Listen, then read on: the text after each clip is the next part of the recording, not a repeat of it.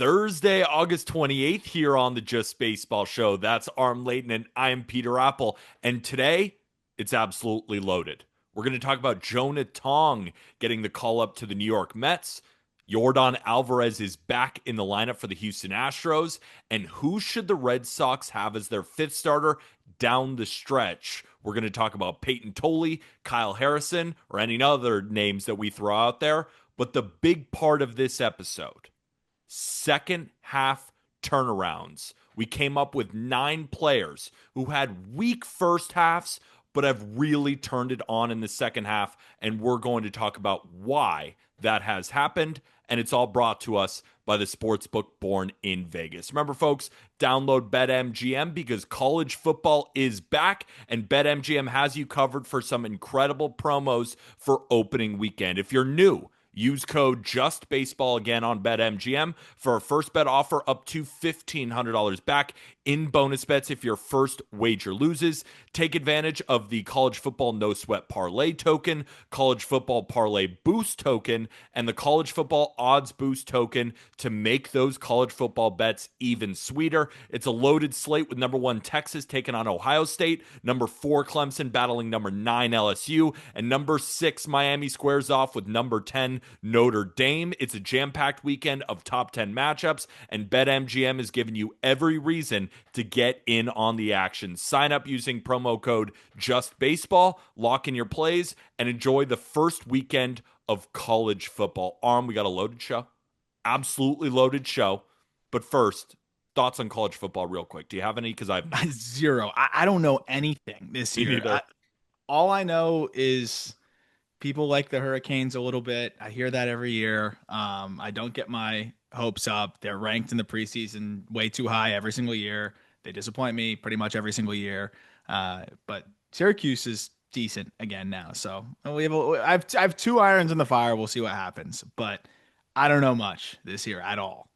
That was our college football section.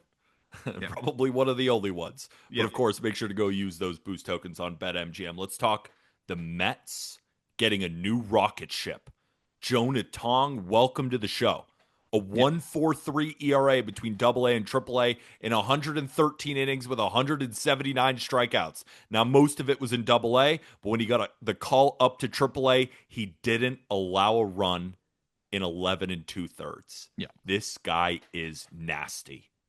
Oh, yeah. It's crazy. And I think people are wondering, I saw even in our Discord, people are like, oh, whoa, it's a little quick to, bump a guy up that's got like a 10.5% walk rate. That, it's mostly a 2-pitch mix here. But I think there's a few things at hand. And one is that when you have an elite fastball, you can get up to the majors and have success. Like, that's going to translate as quickly as anything. And then you have the nasty pitch off of it. Those 2 pitches, you can have some success through your first handful of starts, maybe even longer than that until maybe the league starts to adjust. And that's where you need to start to maybe mix in a third offering. I think with Tong, he was about to hit his innings limit, and he's a slender guy, right? Like he's, I don't think they've ever specifically said what the innings limit would be, but you imagine that the Mets with their breakout, now one of the best pitching prospects in baseball, they're going to want to maneuver a little bit more carefully. He threw 113 innings in 2024. He's at 113 2/3 innings right now before he makes his big league debut. I imagine they don't want him pushing 30 plus innings beyond that. So if he's already at a point where he's probably going to taper down innings wise a little bit and then maybe slow down at the end of the season, why waste any more bullets in AAA where he's just clearly dominating with the fastball changeup combination? He's going to need to find a little bit more consistency with the curveball and the slider, I think, to reach his ultimate ceiling. But I think that's going to happen in the offseason anyways. So might as well bring him up and stop wasting bullets in AAA. He's a guy that can dominate big league lineups with his fastball. And just for context, opponents this year against his fastball, which he throws 56% of the time, are hitting 167 with a 495 OPS. They are running a 67% zone contact rate against his fastball. So it's that invisible, crazy carry. No one's getting to that. Then his best pitch off of that is a changeup. Opponents are slashing 126, 212, 176 against his changeup. That's 3 extra base hits he's allowed on his changeup, and he throws it 30% of the time. So those 2 pitches will work. he will be really solid, I think, out of the gate as long as he's throwing enough strikes. Curveball and slider, they need to come along. That'll happen, I think, in the offseason. But I guessing he was only going to throw another 20, 30 innings maybe. So why not have him throw those at the big league level where he can actually help you, win some ball games and make a push here for the postseason? Do you think that it's going to come at the expense of Nolan McLean's starts, or do you think they're going to go to a six-man rotation? The reason I bring that up is Nolan McLean, similarly to Jonah Tong, threw 113 innings in the minor leagues this season. But last year, it was under 90, and he's already thrown 12 big league innings. So right now, he's at 125 innings. You assume they don't want to push him that far either, because I'm looking at their current rotation And even more right so. now. Right? Yeah. Which, Yeah. because at least Tong had 113 a year before, McLean wasn't even at 90. So when I think about their current rotation with Manaea, with Senga, with Peterson, with Clay Holmes, there's one more spot for Nolan McLean. So do you think it's sending McLean down? Do you think it's now a six-man rotation? Because it's not like Senga has looked all that great. Manaea has looked a lot better lately. But Clay Holmes is also reaching, call it an innings limit. This is his first year as a starter, so who even knows what that innings limit is? So I'm curious, do you think it's more six-man, or do you think it comes at the expense of McLean starts? I'm so fascinated. I was trying to figure out the same thing because McLean, guy that was two-way guy in college, Tommy John as well, so has never really thrown a ton of innings. And as you alluded to, he's already going to push through, what we've already seen, which was more from him last year than he'd ever thrown. I wonder if they do kind of the Thomas Harrington thing, and we saw even with Bubba Chandler where he piggybacks. I know he's making a start this time out, but I'm curious if maybe him and McLean can, do a piggyback situation or something like that, where maybe both are ending up going in shorter spurts and they work it that way. Or you go with the six-man rotation because they do want to probably manage Clay Holmes' workload a little bit as well, who is also going to be blowing through what you're usually used to seeing innings-wise from him. I think David Peterson could use an extra, day off here and there, and maybe they want to preserve their guys going down to the final stretch because, look, they're going to make the playoffs most likely, but you want to make another run again. And Sean Manaea ran out of gas last year. Now, I know he hasn't thrown a ton of innings this year because of injury, but I think that was some of the residual effects of how many he threw last year. So part of me thinks that they could get creative with it and have a piggyback situation for both of them. But the other part of me thinks maybe they go with that six-man.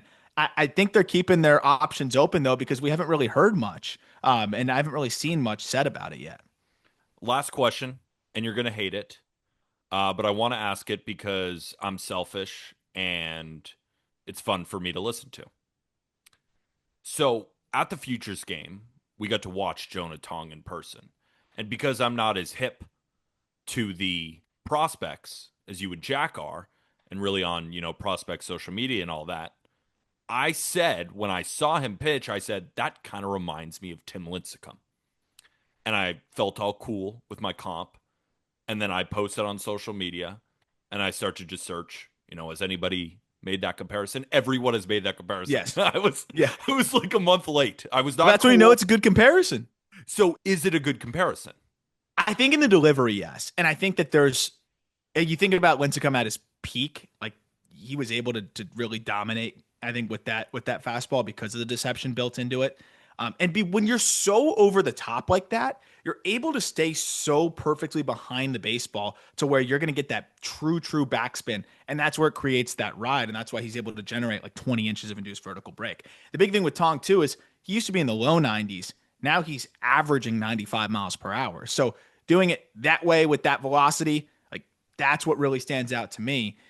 Having the changeup as well off of it, like there's definitely some similarities, but I think what's really unique with Tong is that there's just not a lot of guys that are generating that kind of vert. And we don't know what Tim Lincecum's vert was, but it just seems like even with hitters knowing what's coming, it doesn't really matter. They can't get on top of it. And then right when you try to gear up for it, that's when the changeup comes and it's straight from the same release point, straight over the top, and you can't pick it up. His last 14 appearances or 14 games, 70 and 2/3 innings.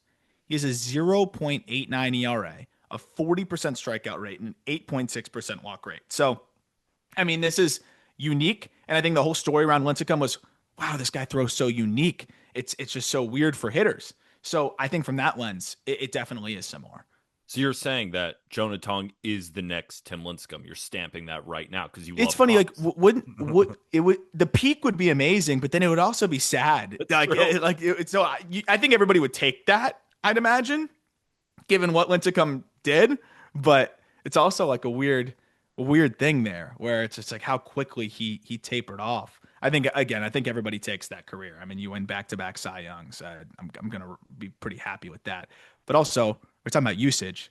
Tim Lincecum threw 227 innings, then 225 innings, then 212, then 217, and that's not including the postseason, and then just tapered off. Let's talk about another potential call up. So there was an article written in The Athletic about how the Red Sox fifth starter role is up in the air. Cooper Criswell could be an option. He's pitched okay for the Red Sox this year, but he just went on the IL with elbow inflammation. And we know our guy, Walker Buehler, was now moved to the bullpen. And Richard Fitz, made an appearance with the Red Sox, but unfortunately hurt himself and is now on the 15-day IL with right arm neuritis. I think I said that correctly. Yeah, I think you did. I haven't heard neuritis though. Me neither. So I could have just gotten it wrong. Let us know in the YouTube comments below. Who should the Red Sox have as their fifth starter? And the two options seem to be Peyton Tolley or Kyle Harrison. If we remember, Kyle Harrison was one of the big names traded from the San Francisco Giants in the Rafael Devers deal. And Peyton Tolley is the Red Sox top pitching prospect. Mm-hmm. Where you at? Yeah, he definitely is. I was just thinking about it for a second. I'm like, no, it's totally.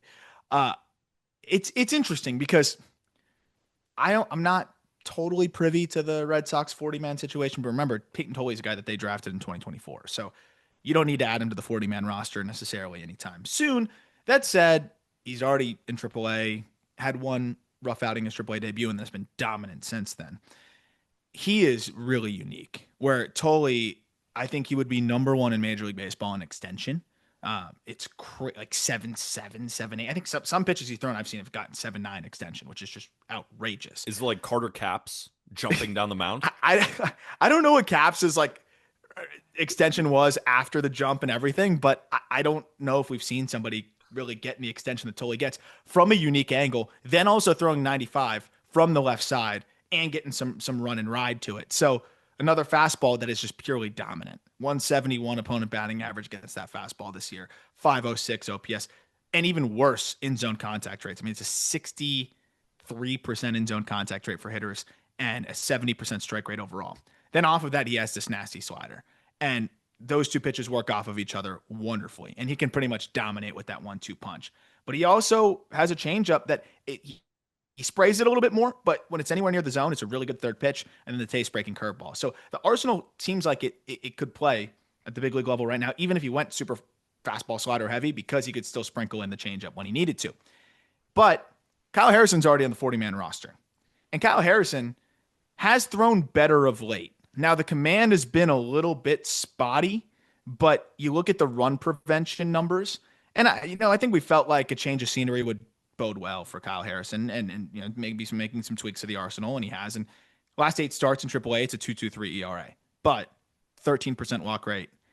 That's a little bit tough to then say, hey, let's bring this guy up and let's see how it goes at the big league level. But he's already on the 40, so maybe you try that first. I don't think you want a revolving door, though, at the same time. It's a really interesting conversation. But I think if Harrison has another good outing, and last time out, they kind of cut him short, which I thought was interesting. He only went 3 innings, unless I'm missing something, but he only went 3 innings there. I wonder if that's probably the safer and easier option from a 40-man standpoint and just from a preserving your prospect standpoint. But I think the higher upside option is clearly a Peyton Tolley, who's been one of the more dominant pitchers in minor league baseball all year long. So I was about to ask a question, take away the 40-man stuff, take away the, contract stuff with calling up a prospect at a certain time.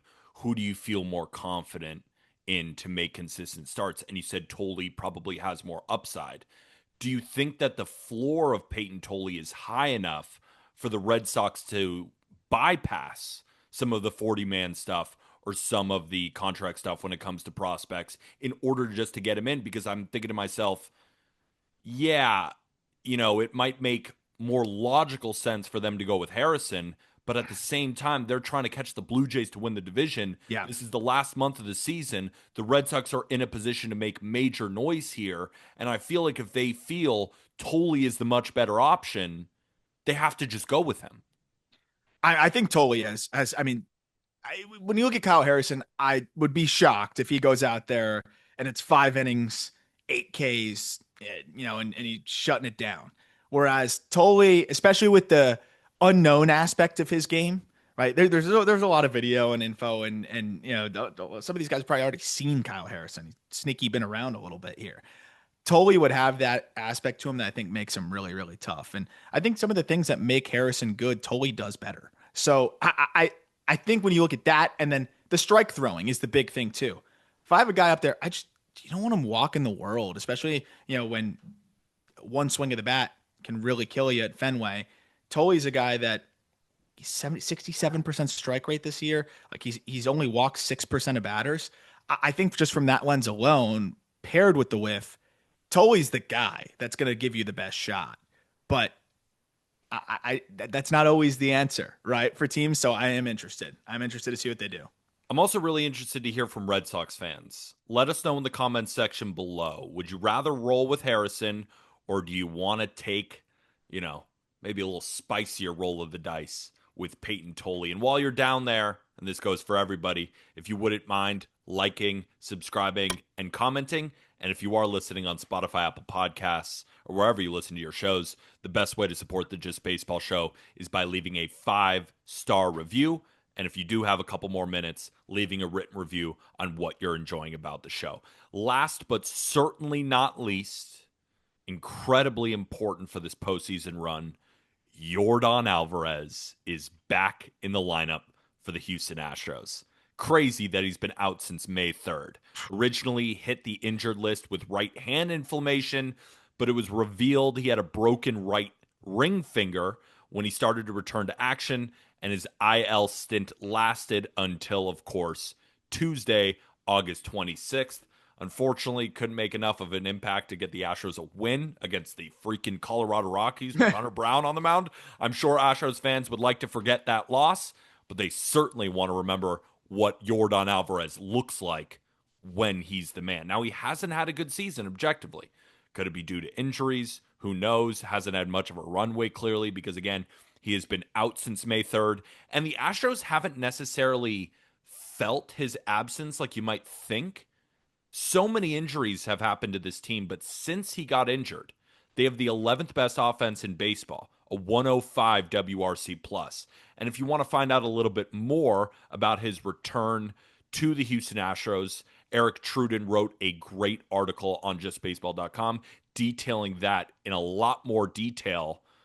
But I just wanted to talk about it because if he's back, like he's back, how are the Astros not the favorite to get out of the American League? Well, I talked about it, like the offense, as you mentioned, is good if you look at it on a larger span from the All-Star break, but it has kind of tapered off a little bit here, and they've slowed down a bit, so it feels like he's dropping in at the perfect time.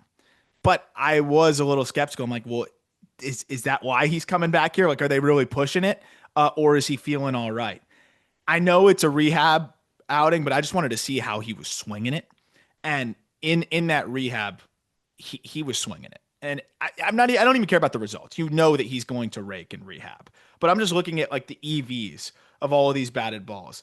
102, 109. Then you got 103, 103, 109. Like just 109 again. He 112, just crushing balls. So I think that side of things is encouraging. Like it looks like he's free swinging. And at the very least, though, and here's the thing. And I know it's the Rockies, but 0 for 2 in that game. He walked twice. He just adds an element to this lineup and this level of fear Mm-hmm. Even if Yordan, you're terrified of him, right? Like even if Yordan is sucking, you see him in the playoffs and he's looming on deck, it's gonna change the way you pitch to the guy at the plate. And when he's up with runners in scoring position, you're gonna be careful. And I just think his presence. I don't like to give guys credit too much for that. Like you got to perform, but his presence in this lineup, especially right now with the way it's been, I think makes a big difference. Huge difference. Even his name is scary. Yeah. Yordan. Dude, him in the rehab, I gotta remind me to send you a video after this. He just look he looks like you're playing the video games, when you like turn the sliders all the way up and just make the guy huge. Yeah. Like for whatever reason, he just looks way, way, way, way bigger than everybody. And I know he is bigger than everybody else, but for whatever reason in the minor league uniform, he looked out of place. Like it was wild. He just looked like a man among boys. And just to quantify what you were talking about, in his rehab stint, again, it's against AA pitching, but 7 for 15. That's a 467 average with 4 doubles, 4 runs scored, and 4 driven in, a 1263 OPS. And I think about it like this: the American League is wide open. The Tigers, you'd assume right now, are the favorite to come out of the American League. And you'd assume right. And they deservedly so. Their offense has been rolling. I know that right now they're having kind of a tough series against the A's, but it's the regular season in August. They're totally fine. Huge lead there. You got Scooble. The bullpen has been better. And the offense, Riley Green just hit his 32nd home run, on Tuesday. 471? 471 over the batter's eye in center field. That guy, this offense is great. So right now the Tigers are the favorite, and they should be the favorite. We've talked a lot about the Mariners. I think the addition of Shane Bieber to the Blue Jays makes them a force, but the Astros are inevitable. And if you're telling me they're getting back Yordan for October with enough time to get back, Josh Hader will be back eventually. Jake Myers will be back eventually. Luis Garcia is going to be back in the rotation as well. Javier is kind of getting his feet under him and hasn't gone well so far for him. But if there's anyone you shouldn't doubt, it's that man. I'm telling you, that's a bad man over there in Houston. It would the high-rise fastball with that breaking ball, like he will throw a no-hitter against you in the playoffs. I know very well if you don't take him seriously. So you got those guys coming back, and at the end of the day, when you got Correa back in the lineup, and it's still Altuve, it's still all of their guys with Fromber and Hunter Brown at the top. It's still the Astros. So if Yordan comes back and he looks better, if Hader comes back healthy, Luis Garcia and Jake Myers also, sorry, they're my pick. Oh, yeah, and that's a lot of ifs, but it can happen. Things got to happen, right? They're not my pick right now. The Tigers are my pick right now. All I'm saying is they're coming. Yeah, I will say, and I'm excited for it because, and we'll obviously talk about it more as it gets closer here, but it feels like this is as wide open and like as much parity as we've had with the playoffs coming up as ever. Like I feel like you could talk me into almost any team making a little bit of a run here, and I think that's a great spot to be in. It's so funny, you know me. I want to start talking World Series predictions. I want to do all that stuff. Haven't you noticed I haven't brought it up really? You know why? I don't know. I have no idea. We'll change it. We'll change it. We're gonna be contradicting ourselves within 2 weeks. I know the Tigers are my pick right now, but one more bad game against the A's and I might go over to Toronto. But Toronto then just lost to the Minnesota Twins. And then I'm thinking, well, it can't be them. The Red Sox are playing well right now, but then I'm like, well, do they have it? Definitely. And then we just settle back on the Dodgers. We just settle right back on the Dodgers. Well, I'm just talking about out of the American League. The American League, the National League is so loaded. So it's like that element of any team can win because all of those teams are so good. And in the American League, it's like I can find holes in all of you. Which ones are going to show up when it matters the most? And that means those teams will be bounced. But they all have their issues. While in the National League, it's just two teams going at each other with fighting fire with fire. Yeah, I even everyone I want to quit on your Yankees, like they start to show some signs of life and look pretty good. They are dismantling the Washington Nationals. This is which is like what you're supposed to do, but they are actually teeing off. The amount of homers. And I did tweet out, it was probably my dumbest tweet ever, but I did think it was kind of funny. I said the Yankees are so good when they're playing well. You know what I mean? I didn't see that. I would have. I would have retweeted that. They're so good when they're playing teams that don't care. They're Uh, so good. And it Paul gets me fired Blackburn up. coming in, two innings, 1 run. That's a huge win. Did you see his appearance before that? Yeah, yeah, Just read it. Might as well. yeah. That Judge homered too. That's the other thing too is they were teeing off kind of without Judge doing too much. So, it's fun. I think it's wide open. I'm pumped to like kind of see who may separate themselves down the stretch here. All I'm saying is if the Yankees play the Nationals in the playoffs, they're winning the World Series. All right, let's Good get spot to be. Yeah, that's a great spot to be. Let's get into our second half turnarounds. Again, this is part 1. You will hear part 2 on the Friday episode. Jack and Arm are going to go over some of the best second half turnarounds when it comes to pitchers, but Arm and I are going to address 9 hitters. But before we get to that, let's talk about our friends at Lids, Arm. Yeah, I mean, it's the home of headwear, but it's also now your one-stop shop for all things tops.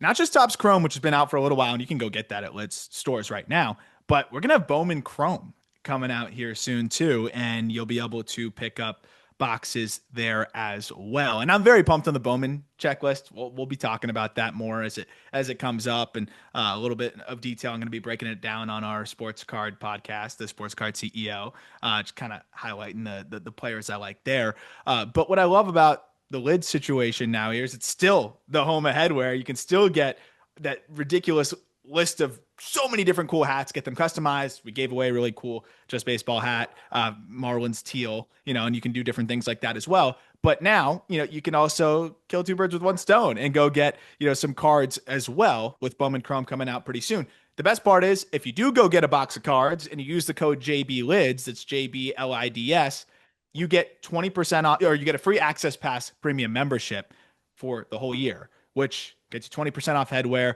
10% off apparel and novelty, first access to new drops, product giveaways, exclusive experiences, and more. One of the recent, I think, giveaways that are kind of meet and greets that they did was random, I think a handful of random Access Pass premium members were able to do a meet and greet with Ronald Acuna Jr., who, by the way, I just watched freak out again for getting hit by a pitch at the Marlins game when I was covering that earlier today. You love that. But as long as you don't hit him with a pitch, great guy to meet. So, that was something they gave away during All-Star Week. I think it was Ronald Acuna Jr. and John Smoltz. And that's the other cool thing is you get this for free if you just buy a box of Bowman Chrome that you're probably going to buy anyways, and then you get discount on headwear, and then you can win free boxes. I know they gave away a bunch of blaster boxes and hobby boxes and stuff like that. And then again, you can also win, potential meet and greet with these players. All you have to do is go buy a blaster box or whatever when it comes out, or just go to Top or get a Topps one right now. Mention the code JBLIDS, and you get that Access Pass premium membership for free. So remember to use code JBLIDS for all that good stuff. When you're checking out. Yeah, it's in-person checkout. Just say JBLIDS, and they should know what's up with that. They'll just shower you with prizes. Yeah, they give you a hug immediately. And real quick, before we get to 9 players who have just crushed it in the second half, our first break. Second half turnarounds. Let's talk about some players that were, I'll say it nicely, not good. Just not good in the first half. And in the second half, they are returning to form, or sometimes better than their normal form. We're going to talk about potentially some swing changes. Some guys, some of the batted ball quality is just landing this time. So we're going to talk about each individual one. And I want to start with Brenton Doyle of the Colorado Rockies. Thank goodness. Do you remember at the beginning of the season, or not really in the beginning of the season, more like June, where we said, what the hell is going on with Brenton Doyle? He came into the season as one of the better center fielders in baseball. Platinum level defense. And he was an average to above average hitter. Yeah. Again, when you're playing a premium position and you're hitting home runs and you're stealing bases, it's a really solid player, and he was still young at just 26, 27 years old. But in the first half of the season, 202, 254, 322 slash line. Remember, he's playing half his games at Coors for a 576 OPS with 7 home runs and 307 ABs. But in the second half, 378, 398, 643 for a 1.041 OPS with, again, 7 home runs, but this time in 98 ABs. So there was an article on MLB.com written by Thomas Harding, kind of outlined some of these changes. And he said it was a slight swing change, but more days off, which confused me. Are you saying that he just needs to rest a little bit more? So Brenton Doyle throughout the season, not much rest last year, not much rest at the beginning of the year. And he started just kind of getting scheduled days off. His body feels more fresh. And that was basically the crux of the article. And again, they minor tweaks, but nothing major. I was confused by that one, not going to lie. I mean, so it is, I think, more exhausting, of course, to play a full season at altitude and Yep. also play center field in the cavernous course, just outfield plus the altitude. So I get that, but there's just there's no way that rest is the difference between basically what if we go from the start of this. What did you say that its slash line was in the second half? In the second half, he's slashing 378, 398, 643. And before you kind of answer that too, it wasn't an opinion piece where a guy is just, just saying, I think this is it. Brenton Doyle was saying this. No, I know. That's right. That's why I was like, I mean, how could I fight it if the player himself is saying that it's contributed to a lot of his second half success? Yeah. I mean, he knows best. Yeah, It's like, it's him. It's literally him. I would imagine the swing adjustment probably helped. Maybe there's a mental side of it too, something that clicked. But yeah, I mean, when you look at the batted ball data, it's not too much different. The one thing that I do notice is he is way, way better at making contact on pitches outside of the zone, and he's been a little bit more selective. And as a result, his strikeout rate dropped by like 7% when we're talking about those spans. So I don't know if like he's not hitting the ball harder. He's not hitting the ball in the air that much more. So like does rest correlate with O contact?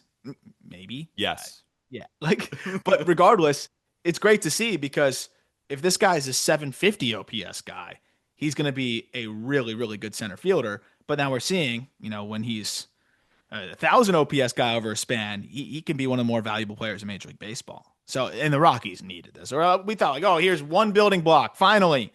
And then he hits this wall, and it's like, oh my gosh, who's the building block outside of Tovar who's hit a wall this year? Thank goodness. Looks like Doyle's salvaging. It's good to know, too, especially for fantasy owners. You're making a late push in the playoffs. Maybe your trade deadline is already passed, but if you have an opportunity to go get Brenton Doyle, he's back to being a monster, and maybe your league mates don't even know it. Let's move over to Michael Harris. This one's got to make you smile. Michael Harris in the first half. 210, 234, 317 for a 551 OPS. Fart noise. With 6 home runs and 347 ABs. This was so confusing. I mean, I know that this is, a Michael Harris who chases a good pit, that he was going to go through some peaks and valleys. We all understood that. But not in our wildest dreams could we have, or nightmares, not dreams, nightmares, could we have imagined that he would be a 550 OPS guy in the front half. But then in the second half, and we talked about it about a week ago, and you started detailing some swing changes, but now you've seen a lot more, and the results just keep coming. Second half, 340, 361, 633 slug for a 994 OPS with 10 home runs in 150 ABs.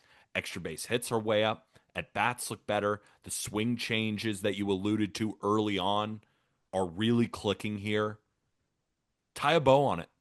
I just watched him homer again today on Wednesdays. We were recording this backside, leaving the yard. Not easy to do at Lone Depot when it's closed. He's back. I went through the video, and he made the change on July 9th.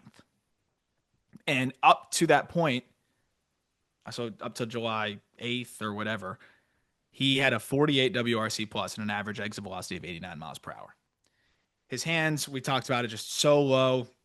And it's this big move to get the hands back up. Also, he kind of adjusted the lower half a little bit, where I think he's able to ride the back hip longer as well, because he used to kind of overstride and push forward. And I think also just having those hands higher gave him another little bit of a counter move to stay back, which I know I've alluded to in the past. But from that point where I was just going through video, waiting to see when the hands change, finally change on July 9th. from that point on, as you mentioned the numbers, just and this isn't even including the home run today, to be hitting 325 and 942 OPS, all the different things that you mentioned are huge. How about the fact that his average exit velocity is up nearly 4 miles per hour? Like that's really hard to do in season.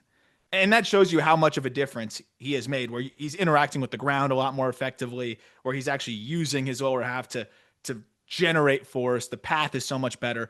But when you see that kind of change, right, we're talking about 3 to 4 miles per hour in the midst of the same season in your average exit velocity. That's some crazy stuff. And I think that's, you also look at the ground ball rate, 10% lower. When you're hitting the ball significantly harder and in the air significantly more, usually going to bode well. And that's exactly what we're seeing. So cool. Because, Braves fans don't have a lot to latch onto right now. It's been a really, really disappointing season. But when Michael Harris is back and Hurston Waldrop is doing what he's doing, that's got to make them feel good. Yeah, I mean, I'm excited. That's why I went to the Marlins game today. Actually, the Marlins Braves game was to talk to Hurston Waldrop a little bit before, and just talk to him about his new arsenal. That piece is going to be out probably in the next day or two on JUSTBASEBALL.com. So keep an eye out for that. It was fun to sit down with him.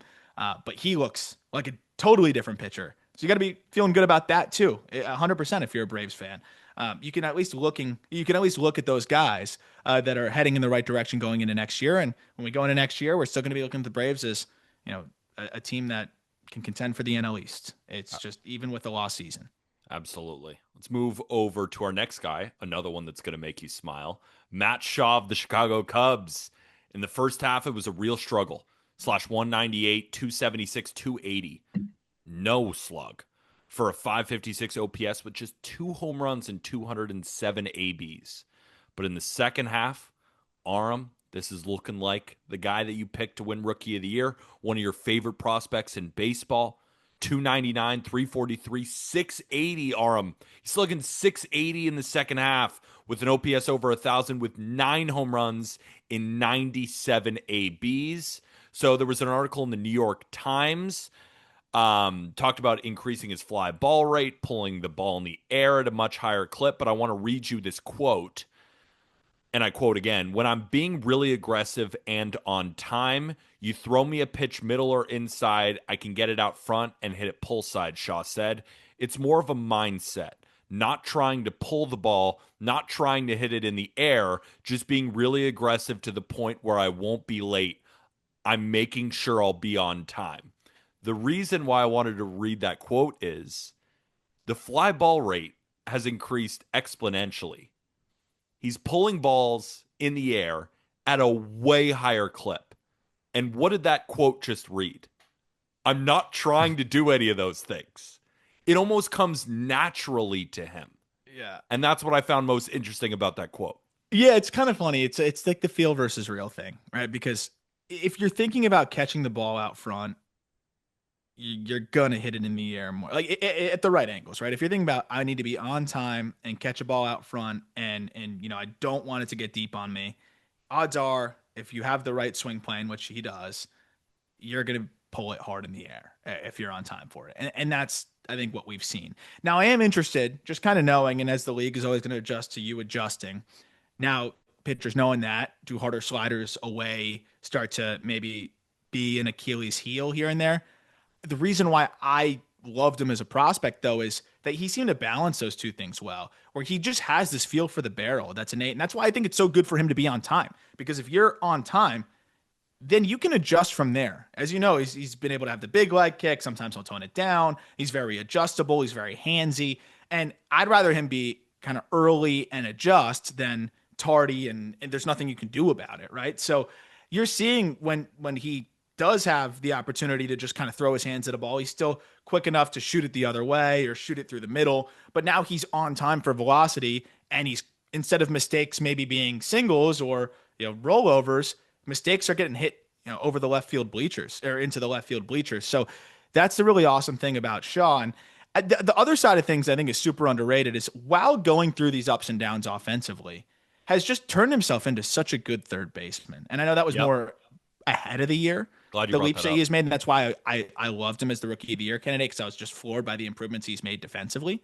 But just to maintain those, not bring it out onto the field. Like we talk about Volpe and his struggles and, how it seems to have bled into the defense a little bit as well. Shaw, when he was struggling offensively, was still defending really, really well. And you're seeing him continue to do that now too. He's been awesome. It's easy to forget he's still just 23 years old, and I'm glad he hasn't seen his playing time cut down. Large reason why is because he's been one of the best hitters in Major League Baseball in the second half. But I think he's going to be a big part if they're going to have any success, in the postseason and everything. He's going to be a big part of that. And I start to wonder if do we start to see him? If it ain't broke, you don't want to fix it. But when do you start thinking about moving him out of the 9 hole? Maybe you don't because the offense is so good. And maybe a big part of the reason why he's succeeding is he's really leaning into that 9 spot. So maybe you don't touch it. But it's just, I don't know, something to think about. Absolutely is. And, I think, there should be some credit here to Craig Counsell. A really young player like this is hitting under 200. And I don't think anybody would have been, that upset if they were like, yeah, maybe it's not Shaw's year and they sent him down and didn't pull him back up. But relatively speaking, they stuck with him. And Yep. now they're seeing the fruits of that labor. So, Yep. credit to the Cubs knowing what they had, thinking to themselves, no, we know he's going to be good. He just needs a little bit longer to get going. And look at what has happened. So, Yep. credit to the Cubs and Craig Counsell and whoever else is making those decisions. And also credit to Matt Shaw Yep. for coming back and doing what he has done. All right, let's move over to no city designation athletics. Shea Langliers. Shea Bangliers in the front half, still slugged 424, but in the first half he slashed 226, 285, again 424. Ugh. 707 OPS with 12 home runs in 243 ABs. We know it can slug, but the rest, not great.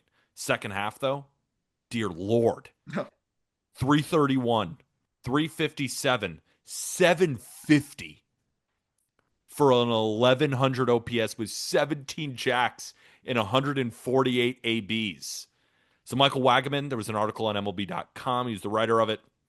Basically said Langliers is sticking with the process. And this is what Langliers had to say. That's where the game gets a lot of guys. That's gotten me multiple times in my career. When it's not going your way, you look at your swing or this and that and the other, or try to make adjustments when you don't necessarily need to. Just show up every day, trust the process, keep your mind right, and keep moving forward. Another quote that I wanted to bring up is, because a lot of these guys, sometimes it's swing changes. Sometimes with Brenton Doyle, it's extra rest. Sometimes with Matt Shaw, it's doing the opposite of what the results say you're doing, right? Yeah. With Langliers, he said, I didn't really change anything. I'm just trusting the process that over time, I am a good enough baseball player where the results are going to start to show what I believe inside. And that's exactly what's happening. So again, I'd love for you to build further on that, but I am curious, have you seen swing changes that I've he seen is a making that he I've didn't necessarily divulge into? I've seen a 10% dip in the ground ball rate, which when you're playing in Sacramento is definitely going to play well. And I figure that that's maybe what he was thinking about, right? It's like, okay, hey, I'm playing in a place where the ball flies. Let me lean into that a little bit more. And that's exactly what it seemed like he's been doing. But naturally, maybe he just cut the ground ball rate down by 10 plus percent. Through the first 40 games, it was even higher. He's probably cut it down by about 12%. So I don't know what maybe just relaxing helped him put it in the air more. But I mean, it's interesting. Like you don't usually make that kind of change unless maybe it was a timing thing and he's a lot more on time now. But swing as I'm looking at it right now, it looks pretty similar. So maybe it was just a small little cue and just timing, and all of a sudden now he's elevating in a spot where it's really good to elevate. Absolutely. He has been awesome. And next up, Bryson Stott of the Philadelphia Wow. I actually was Phillies not expecting him. in the first half, slash 243, 303, 333 for a 636 OPS. I remember talking about, Bryson Stott early on and just being frustrated because, we're waiting and we're waiting for him to be this, well above average offensive piece that we've seen in spurts. It's not like we're just hoping for something that we've never seen. We've seen Bryson Stott be an above average hitter. And with how good the defense is, that's one of the best second basemen in the league. But he's just gone through these prolonged stretches where he's not impacting the baseball. And when you're a good defender at second base with a 650 OPS, that's not that valuable. Yeah. Even you could be the greatest defender in the world, but at second base, if you're not hitting, it's tough, right? Only 15 extra base hits in 312 ABs. But in the second half, he told us to shove it. Slashing 286, 377, 495. He's got it in him for an 872 OPS with 11 extra base hits in just 91 at bats. Nick Tricom, there's an article for Philly Voice. Stott said that just lowering his hands, he felt them kind of creeping up as the season went along, and I quote, simplifying things.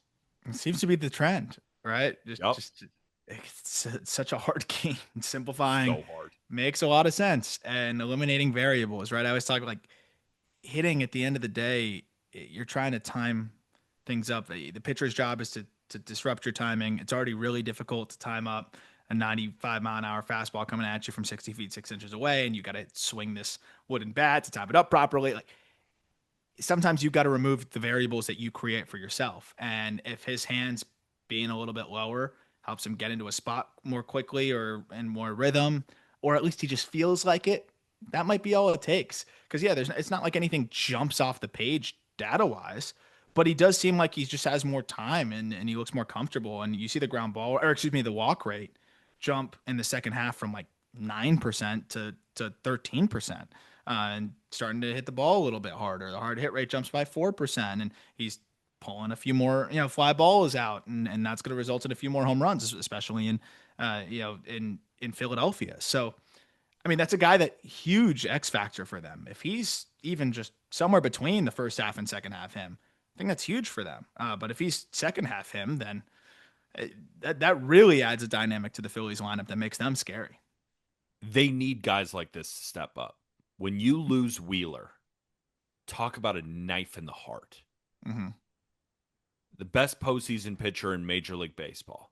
We talk about the best pitchers in baseball all the time. And yeah, over a full season, I'd probably take Tarek Skubal. But game 7, I need one game. Yeah. It's still Wheeler. And when we shorten these series, Wheeler's value cannot be overstated. It really can't be.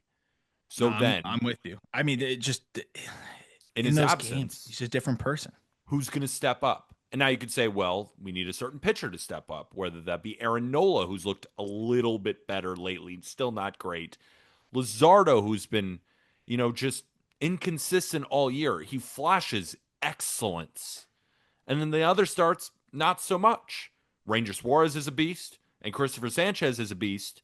But when now Sanchez is your 1 and Ranger is your 2 rather than those 2 or 3, who else is going to step up? So they need guys like Bryson Stott to be the second half versions of themselves if the Phillies want to compete to win the World Series, right? The Phillies, in their current structure, you throw them in the American League. Yeah, they could probably get through every team in the American League. But this National League is a gauntlet. You need to be firing on all cylinders. So when you lose arguably the single best postseason player, period, who else is going to fill the void? Yeah. And because of how good he is, you even need more than a pitcher. You need more than Aaron Nola even being at the best of Aaron Nola's ability. You need guys in the lineup to step up. Bryson Stott, let's hear that walk-up song. Let's get a couple more legendary home runs in the playoffs. All right, we have 4 more players that I want to talk about. But before that, our last break. All right, let's talk about the Milwaukee Brewers for probably the 90th time in the last 30 days. We can't stop talking about the Brewers because the Brewers just don't stop winning. And most notably, well, not most notably, but a big cog in their engine, Brice Turang. First half, he's good. Kind of. 274, 345, but he's only slugging 366 for 711 OPS. He's better than that. 20 extra base hits and 347 at-bats. And we see it. Second half. Slashing 315, 366, 600. Brice Turang slugging 600 in the second half. for a 966 OPS with 19 extra base hits in 130 ABs. Now, Kyle Lobner for ShepherdExpress.com was talking about how reinstituting the leg kick, deeper in the box, letting the ball travel more, stance is narrower, keeping him more balanced overall. And overall, he's seen a big increase in bat speed. Do you think that's summarized well? You got more? Yeah, I mean, and you see it in the batted ball data. I mean, it's crazy. I never thought we'd see a 50% hard hit rate from Brice Turang, but that's what we've got in the second half. It's nuts. So whatever he found is just allowed him to swing that bat a lot more violently, but it hasn't come at the expense of his bat to ball. Sure, he's striking out a couple percentage points more, but he had room to give. And you give that for this kind of slug any day of the week. At 90th percentile exit velocity of 105 miles per hour, which for reference, if you compare it to the first half, was like 103. So 2 ticks higher in the same season is pretty nuts. He was a guy though still that was producing a lot of solid batted ball contact, like a lot of 90 pluses, but I guess he wasn't quite translating it and hadn't quite kicked it into the next gear. And now we're seeing that. I mean, if Brice Turang's got like above average power, this is a really dynamic player all of a sudden. So I'm interested to see if he can extrapolate it further. But it's a big reason why the Brewers have been doing what they're doing, because he's one of the best defenders at second base. But all of a sudden now he's starting to mash like this. This is a very, very fun player. And I've loved him since he was a prospect. And, he made some changes. He's a guy that's always tinkering a little bit. But it seems like he found something that works for him. And I think it's here to stay for a degree, like to a degree.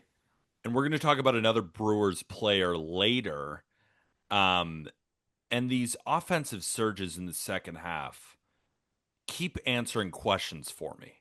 And what I mean by that is a lot of the discourse surrounding the Milwaukee Brewers is how incredible they've been in the regular season and how good of an organization they are, due to the fact that they don't spend nearly the amount as even the top half of the league, and yet they get the most out of their players. That's been the main focus, and deservedly so. But when we talk World Series, when we talk these teams in the playoffs, sometimes the Brewers kind of get left. And now, do they deserve that based on the regular season? No. But over the last few years in the playoffs, they have fallen short every single time. So there's not a lot of belief among a lot of fans. And I would say that's even consistent now. And people say, well, the Brewers, they're still going to have pitching, but can they hit enough in the postseason to actually make a run here? Now, if this was first half Brice Turang, if this was first half William Contreras, I'd probably agree with those people. But now I don't really have reservations This team about the feels offense. different. This is different. I This is a agree. different Brewers team. Yep. At least it feels like it, right? It does to me, right? Like, I feel very confident in their pitching. I've always felt very confident in their pitching, but I haven't felt that confident in their offense for a long time. Yeah. But this Brewers offense, there's no auto outs. Like, I feel like in past Brewers offenses, really good top half, 6, 7, 8, 9. Ugh, you got to get through those. But now Isaac Collins is back there, right? Joey Ortiz is starting to hit. There are guys back there that just... Sal Frelick has been great, but he's been leadoff. He hits 5th, 7th. He hits all over the lineup. It's so much deeper. Yelich just got his 1,000th hit as a Milwaukee Brewer. He's obviously having a good season. And William Contreras is turning it around. Let's talk about William Contreras. So real quick before that, did you say that with Turang it was letting the ball travel a little bit more? That's at least what the article was saying. That's what he was noting. I love the feel versus real, man. Yeah. Average contact point is actually further out in front in the second half. But the big thing that stands out to me is his average launch angle on hard hit balls went from 9 degrees to 14 degrees, which think about that. If you're taking the average angle of all of the balls that you're hitting 95 plus miles per hour, and you bring that up 6 degrees, how many more extra base hits are you going to hit? And usually that correlates to catching the ball out a little bit more in front. But maybe it was feeling like you're letting the breaking balls travel a little bit more, whatever it may be. Specifically with the fastballs, he's definitely catching those further out front. I think with breaking balls, he's actually catching those deeper. So that is interesting. So he's on time for velo, but he's actually letting the breaking balls travel a little bit more. Seems to have found this sweet spot here, and that's why I don't think he's going to slow down. But sorry, yes, William Contreras. Real quick, do you think that this whole episode has told us not to trust what's coming out of the mouths of these players?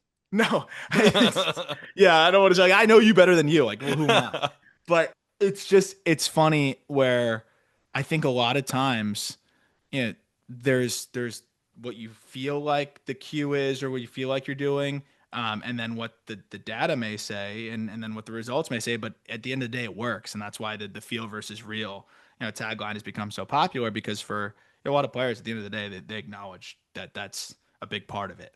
No, I'm more just joking about that. What made me think about that was, all the time when A-Rod is talking about how he hates the new launch angle and all this kind of stuff. And then you see a video of him swinging the and I was bat. like, dude, I watched you for a decade and your swing was so geared towards launch and you took steroids to like hit more home runs. Yeah, Like, what are we literally. talking about? So that's for another time. But yeah, some of those things, again, that's not what these players are saying. Sometimes, again, the feel in the middle of the season can be different from what the numbers are telling us, but the adjustments are still there. And I think that's what we're highlighting again in this episode. Let's talk about William Contreras. First half, 245, 351, 347 for a 698 OPS. And earlier on in the season, we were talking about is Cal Raleigh now definitively the best catcher in baseball. And at first, I was a little bit hesitant just because I'm such an enormous William Contreras fan. Defense is outrageous, plays every day, and the guy just rakes. But then Cal Raleigh did what he did, and William Contreras continued to struggle, had to concede the point. And now, of course, Cal Raleigh, definitive best catcher in baseball. But in the second half, William Contreras got something to say about that. Slushing 295, 376, 530 for a 906 OPS with 9 home runs and 149 ABs. We got to remember, he's catching every day, too. Yeah. Now, what held him back? For him, it does seem like it was injury related. Mm-hmm. Because you look at the stats, right? He fractured that finger earlier on, admitted in this article that he was trying to kind of change his mechanics, and then that got him out of whack. And he started putting the ball on the ground a lot more, probably what the finger was bothering him. The mechanics just wasn't right. And I think that's highlighted directly in the numbers because he injured that finger in May. In April, he got on base at a 394 clip, hit 278 with an OPS near 800. After the finger, things went south. But now it seems like he's healthy and he's back to being one of the best catchers in baseball. Now, we got Cal Raleigh, we got Will Smith, but don't forget William Contreras is in that conversation. So again, the point from before, if Brice Turang is slugging 600, if William Contreras has a 3-4-5 slash line basically with Yelich, with all their other guys, who says this team can't hit enough to go win a World Series? Yeah. No, I agree. I mean, first 80 games, hit a 694 OPS, and the hard hit rate was like 43% since then. So even a larger sample size here, the 50 games after that, this is a hard hit rate of 55%. And you just see everything jump up 844 OPS in that span, but in zone contact rate up 6%, strikeout rate down 3%, ground ball rate down 6-7%. That to me just says he got healthy and he feels good because that's who he is. So I'm buying that too. I'm definitely buying that it was injury related. I imagine you start chasing your own tail trying to feel right and work around that finger. And I mean, look at what happened with Kyle Tucker. I mean, you don't even realize it sometimes. So, no, I mean, this is a huge development for the Brewers as well, and a big reason why I'm feeling bullish on them when you got this guy swinging it like this too. And baseball is such a hard sport, man, because, maybe on occasions a certain player is dealing with an injury or they're just going through a slide. It relates back to what Langliers was saying about just trusting the process. I feel like a lot more guys than we know, based on reports, they start going through a little bit of a slump and they try tinkering. They start changing things. And that could only make them worse, right? So slumps could turn into prolonged slumps, and then sometimes guys just have lost seasons. Doesn't mean that now they're a bad player. Baseball is full of ups and downs, and sometimes you can kind of get into your own head. I do feel like that's happening a lot more with certain players than maybe what's led on. Well, and that's the blessing and the curse of all the information and Yep. video and data you have available, right? It's like I think that's why you see Simplify being brought up so much. Is this information's an asset and a resource, but when you're going wrong, it can also drive you insane because then you end up chasing your own tail. And so I think that's why for a lot of these guys who are proven players, so many of them that we've mentioned are guys that have been good in the big leagues for prolonged periods of time. It's just kind of getting back to them, and however you can do that. And I think a perfect example of that is our next player, Bryan Reynolds. In the first half, Bryan Reynolds, of course, of the Pittsburgh Pirates. First half, 225, 287, 369 for a 656 OPS. Say whatever you want about Bryan Reynolds. I know we've made fun of him occasionally for, the trade stuff and, wanting to stay with the Pirates. And we'd hope that he'd want to go to a winner. Regardless, he's not that bad of a hitter. No. Absolutely not. This guy's much better. And in the second half, slashing 304, 356, 529 for an 885 OPS. In the first half, he had 27 extra base hits and 355 ABs. In the second half, 21 extra base hits in just 138 ABs.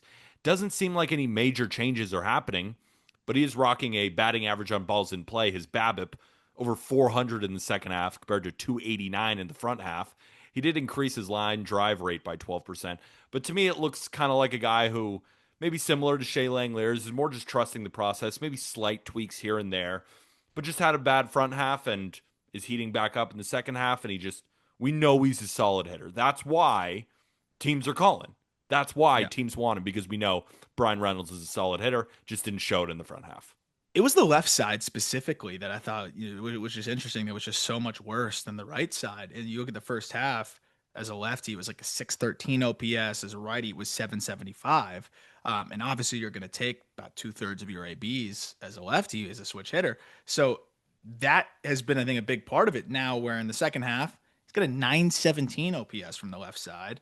And 730 from the right side, so down a little bit from before, but that's fine. But that shift from the left side, I think, is huge, and that's something that that's the tough part with switch hitters too. Is you got to kind of maneuver two different swings there, but especially the left one. If that's a little bit off, your right side can only carry you for so long, and it seems like just something got right on the left side, and that's really helped him here down the stretch. And I mean, that's great momentum for the Pirates going into next year, because you want to be able to look at Bryan Reynolds and say, okay, there's one above average bat.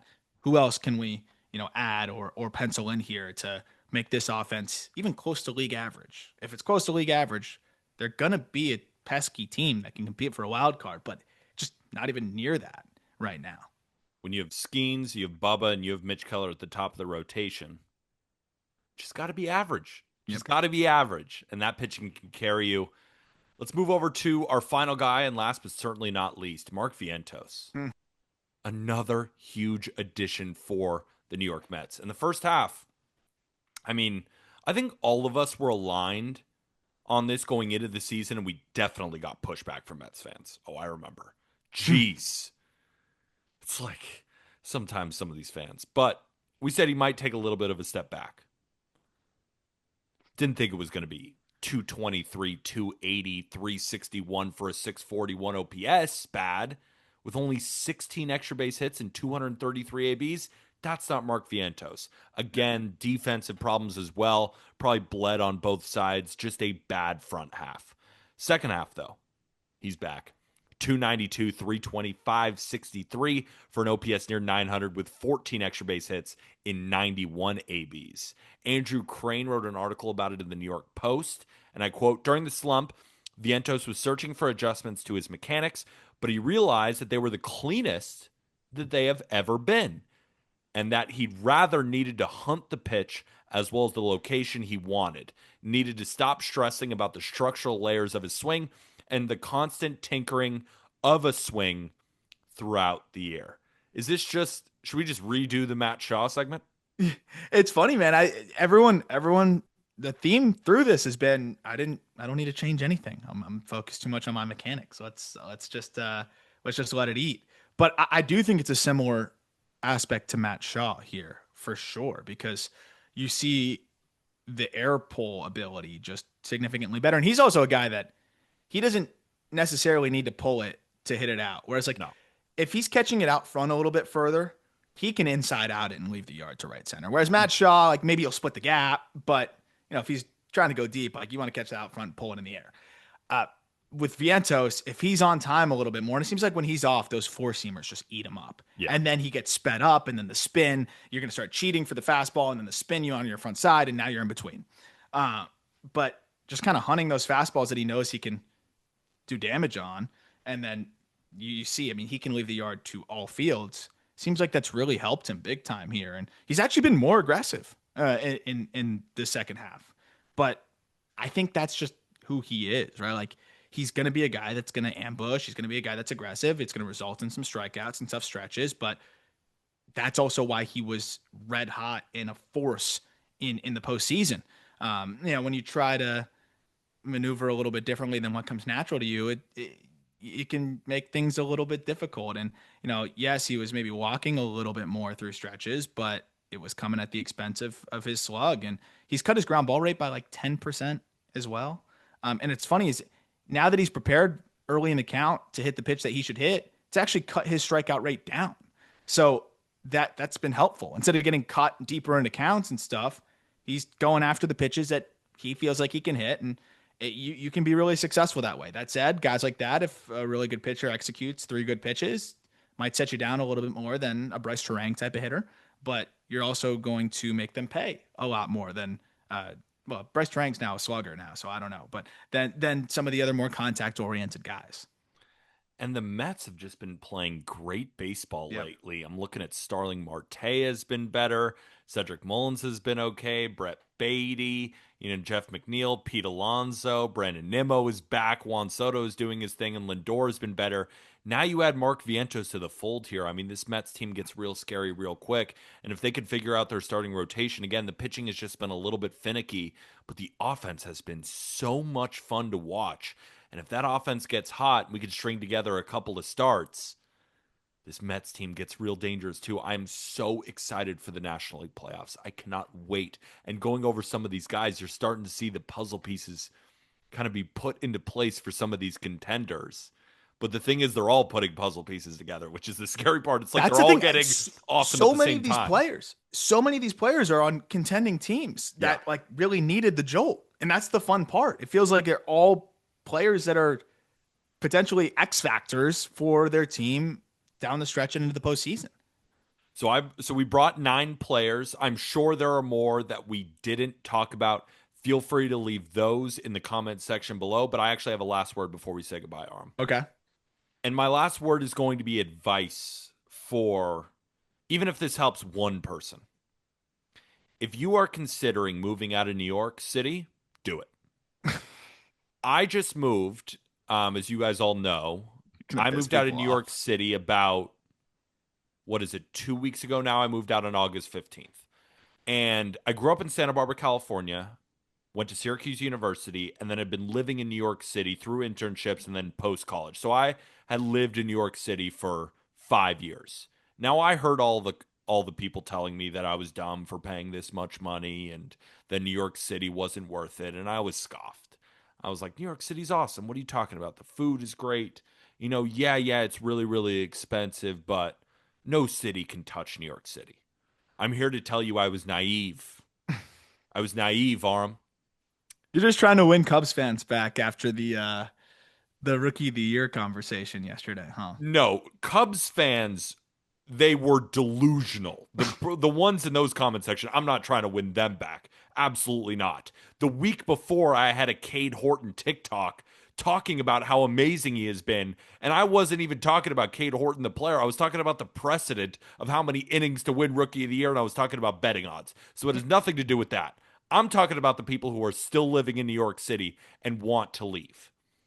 I didn't want to leave New York City because I didn't like New York City. It was just too expensive to live in. And, you know, a lot of places are expensive, but when the expenses become too much, it's simply not worth it. I didn't want to pay $8 for cold brew. I didn't want to pay way more in rent for way less, you know, square feet than everybody else. Right? New York City is great. The food is great, but it is not worth it. And I came to Chicago. This city is phenomenal so far. I love the big city. So that's another reason why I didn't want to leave New York City. I wanted to move to another one similar to this. And Chicago still has all those tall buildings. It still has all the amazing food, but it's just way more affordable. No, this is a perfect spot for me, and I can't wait to continue to explore Chicago. It is fun. But I will say You got to no. try Malort though if you really mean it. This has absolutely nothing to do with the Cade Horton stuff. That was funny. I actually had a Twitter interaction with somebody who said make podcast equipment more expensive. Okay. By the way, here's my last word. That is such an overused line. Come up with something more creative. The Cubs fan reaction had nothing to do with that rant. I still stand on my point. I still stand on the historical I hear nature. you. I think Horton's doing some crazy shit, though. Horton's amazing. He's been unbelievable. But yeah, it's a really hard for a pitcher to win that award. It's really hard, especially if they don't get to a certain innings threshold. I said it, that the last time someone won with as few of innings was Dave Righetti in 1981, and his competition were other pitchers who threw 80 innings and a guy with a 750 OPS who played 62 games. That was the last time. So I was saying I don't think he should be the favorite from a betting perspective right now. That was I my thought you point. said he sucked based on the comments because I didn't hear Exactly. So no, I do not apologize to any Cubs fans who are freaking out about that. You read that wrong. I stand on that point. I will fully admit when I'm wrong. I already have danced on my own grave about Will Wagner versus Judy Caballero a million times. I always stand in front of my takes, but at the same time, I will always stand in front of my takes when I feel that I got it right. Now, crazier has happened. It'd be sick if Cade Horton just continue this and he's got like a 170 ERA and it's impossible to deny. I'm just saying, with precedent, it would be historic with that few of innings. So that means I wouldn't make him the favorite. The last thing I'll say, if he wins, will you drink Malort? I might just have to do that anyway. I mean, I'm in Chicago. Like, please do. I'm going to need a Malort review as soon as possible. Actually, yeah, screw it. I will take a shot of Malort if Cade Horton on the wins. show. Yeah. Yes, and we'll do it live. Then I'll do it for this episode of the Just Baseball Show. Make sure to tune in tomorrow. Arm and Jack are going to go over the best second half turnarounds when it comes to pitchers. And in the meantime, if you wouldn't mind leaving a written review on Spotify, Apple Podcasts, 5 stars, the best way to support the show, while also liking, subscribing, commenting on YouTube. And if you want to join the Discord, the best baseball group chat in the world, you can find the link in the episode description. Just $10 a month, less than the price of a sandwich. It is so much fun. For Arm Layton, I'm Peter Apple. See you tomorrow. And with that, thank you, everybody.